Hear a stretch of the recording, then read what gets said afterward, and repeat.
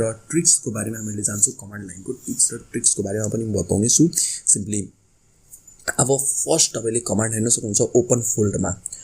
फोल्डरमा कसरी हुन्छ कमान्ड हामीले अब एडमिनिस्ट्रेटरको युज हुँदैन अब हामीले सिम्पली कमान्डहरुको लाइनको बारेमा हेर्छौं त मैले यो फोल्डर खोले अब यो फोल्डरमा मलाई कमान्ड लाइन चाहियो है कुनै पनि फोल्डरमा तपाईले कमान्ड लाइन चाहियो भने सी त्यसपछि युजर त्यसपछि सिङ त्यसपछि डेस्कटप हेर्न सक्नुहुन्छ यहाँबाट यसरी नै हामीले गर्छौं नि त कमान्ड लाइनमा यसरी गरे भने कमान्ड लाइनको जति पनि प्रोसेस जति पनि प्रोसेस हुन्छ त्यो सबै कुरा कम्प्लिट हुन्छ जति पनि अब यदि हामीले cmd डाइरेक्टली क्लिक गर्छौं भने इन्टर गरे भने हामीको cmd मा त्यही पाथको त्यही फोल्डरमा आइसक्यो तपाईले बुझ्नु भएको छैन होला भने म यो भिडियोमा गए भिडियो फोल्डरमा गए यो भिडियो फोल्डर मेरो ड्राइभमै छैन यहाँ लोकेट मात्रै गरिरहेछ क्विक एक्सेसमा अब यहाँ जो डाउनलोडमा गए डाउनलोडमा क्लिक गरे अब यहाँ मैले cmd इन्टर यहाँ आइसक्यो म डाउनलोडको युजरको सिङमा डाउनलोड फोल्डरमा आइसक्यो डाइरेक्टली मलाई के गर्नु परेन यो भयो एउटा टिप्स त्यसपछि अर्को टिप्स तपाईको चेन्ज कलर मैले हेराइदिनै सके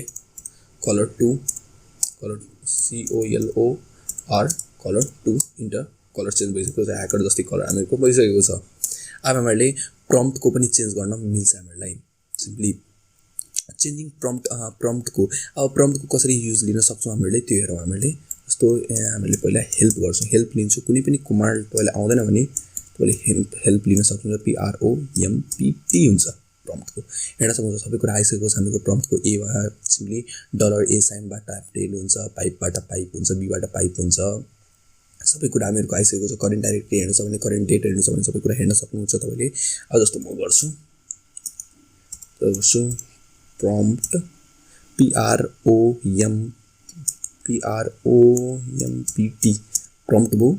prompt भयो त्यसपछि prompt भनेर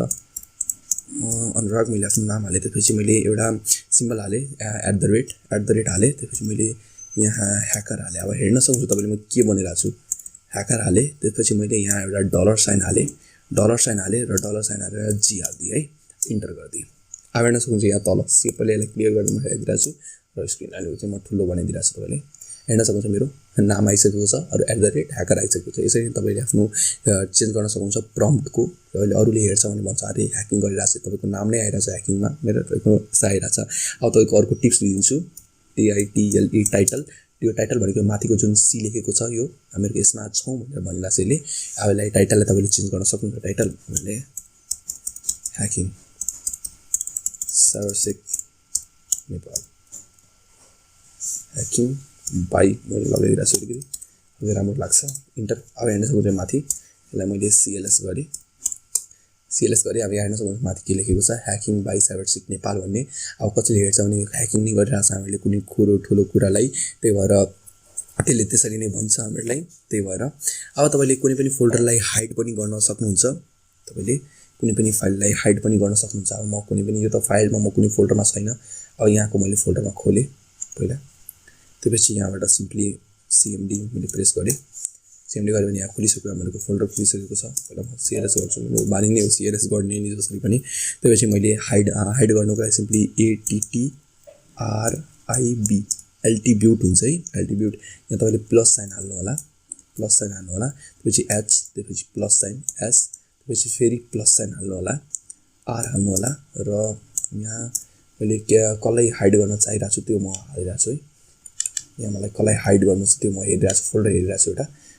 जस्तो कम्प्रेस्ड फोल्डर छ COMPRESSED कम्प्रेस्ड इन्टरमा क्लिक गरिरहेको छु अब यो हाइड भइसकेको छ हेर्न सक्नुहुन्छ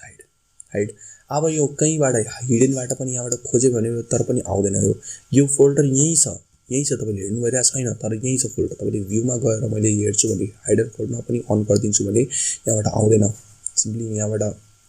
हिडन फोल्डरमा मैले क्लिक गर्दै टिक लगाइदिए भने तर पनि आउँदैन हेर्न सक्नुहुन्छ तर पनि भइरहेको छैन केही कुरा तपाईले बुझ्नु भइरा होला केही कुरा हाइड गर्नु छ भने कसरी तपाईले हाइड गर्न सक्नुहुनेछ सिम्पली हेर्न सक्नुहुन्छ हाइडर फोल्डर मैले हटाइदिए तर पनि आएन अब हामीले हेरौं यसलाई कसरी लाउने भनेर सिम्पली त्यही अल्टिब्युट गर्ने र त्यहाँ गएर माइनस हाल्दिने हामीलाई केही कुरा हाइड गर्नु छ यसरी तपाईले हाइड गर्न सक्नुहुनेछ यसलाई माइनस यहाँ पनि हाल्दिए माइनस त्यसपछि यहाँ पनि हाल्दिने माइनस यहाँ पनि माइनस हाल्दिने इन्टर हाल्दिने यहाँ भइसक्यो अब हाम्रो फोल्डर आइसकेको छ हाम्रो यहाँ यसरी तपाईँले कुनै पनि फोल्डरलाई हाइड गर्न सक्नुहुन्छ यदि धेरै मान्छेलाई थाहा होला नि त कसरी हाइडन र हिडनबाट यहाँबाट हाइडनबाट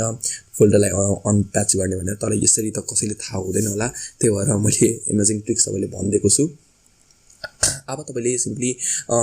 त्यो पनि गर्न सक्नुहुन्छ कपी आउटपुट क्लिप तपाईँले कुनै पनि क्लिप गर्नु छ भने आउटपुटको क्लिप तपाईँले कपी गर्नु छ भने त्यहाँबाट गर्न सक्नुहुन्छ जस्तो कलर हेल्थ मैले गरेँ अब यति आइसकेको छ अब यसलाई मलाई डाइरेक्टली लाइक सिम्पली त्यो गर्नु छ कपी गर्नु छ भने डाइरेक्टली मैले प्रेस गरेँ डाइरेक्टली त्यसपछि यसबाट एउटा स्ल्यासको एउटा साइन हुन्छ यहाँ साइन मैले प्रेस गरेँ सिम्पली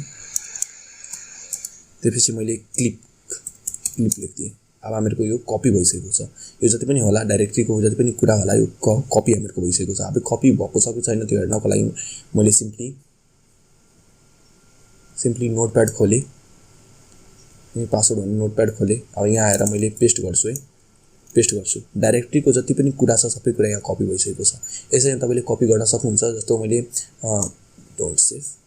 तपाईँले जसरी मैले कलरको गर्छु COLOR कलर त्यसपछि यहाँ एउटा सिम्बल हाल्नु होला स्ल्यास पनि होइन सिधा सिम्बल हुन्छ तपाईँको किवर्डमा त्यसपछि यहाँ हाल्नु होला त्यसपछि तपाईँले क्लिप हालिदिनु होला इन्टर गरिदिनु होला भइसकेको छ अब यहाँ आएर म हेर्छु कलरको जति पनि हुन्छ कलरको कोमा जति पनि छ सबै कपी भइसकेको छ CTRL-V कलरमा केही हुँदैन त्यही भएर कपी भएको छैन अब यदि म कलर COLOR कलर हेल्प त्यसपछि मैले यहाँ हाल्छु त्यसपछि मैले क्लिप हाल्छु इन्टर गर्छु भने अब यो कपी भएको होला किनकि कलरमा हेल्पमा हुन्छ नि त कुरा आएको हुन्छ अब यहाँ कपी भएको छ हेर्न सक्नुहुन्छ यहाँ यसरी नै तपाईँले कपी गर्न सक्नुहुन्छ क्लिपबोर्डबाट डाइरेक्टली कमान्डमा प्रेस गरेर तपाईँले कपी गर्न सक्नुहुनेछ अब अर्को टिप्स भन्छु भने तपाईँलाई भिडियो लामो भइसकेको छ थाहा छ मलाई MDCON त्यसपछि ब्याकवर्ड स्ल्यास कुनै पनि फोल्डर क्रिएट गर्नको लागि तपाईँले इन्टर अब यहाँ डाउनलोडमा एउटा फोल्डर क्रिएट भइसकेको होला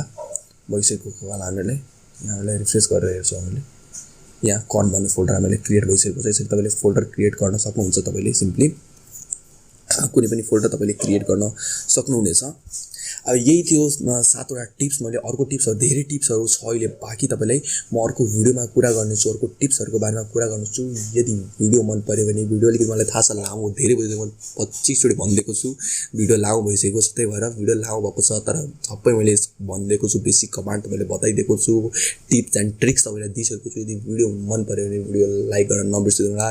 यति धेरै मेहनत लागेको छ यो भिडियो बनाउनको लागि त्यही भएर भिडियो लाइक गरिदिनु होला र अहिलेसम्म तपाईँले मेरो च्यानललाई सब्सक्राइब गर्नुभएको छैन भने त्यो पनि प्रेस गरिदिनु र बेल आइकनलाई प्रेस गर्न नबिर्सिदिनु होला र एउटा राम्रो कमेन्ट तपाईँले गरिदिनु होला मेरो भिडियोको तल यो भिडियोमा कमेन्ट गरिदिनु होला र हुन्छ भने फ्रेन्डहरूलाई तपाईँले सेयर गरिदिनु होला thank you watching A video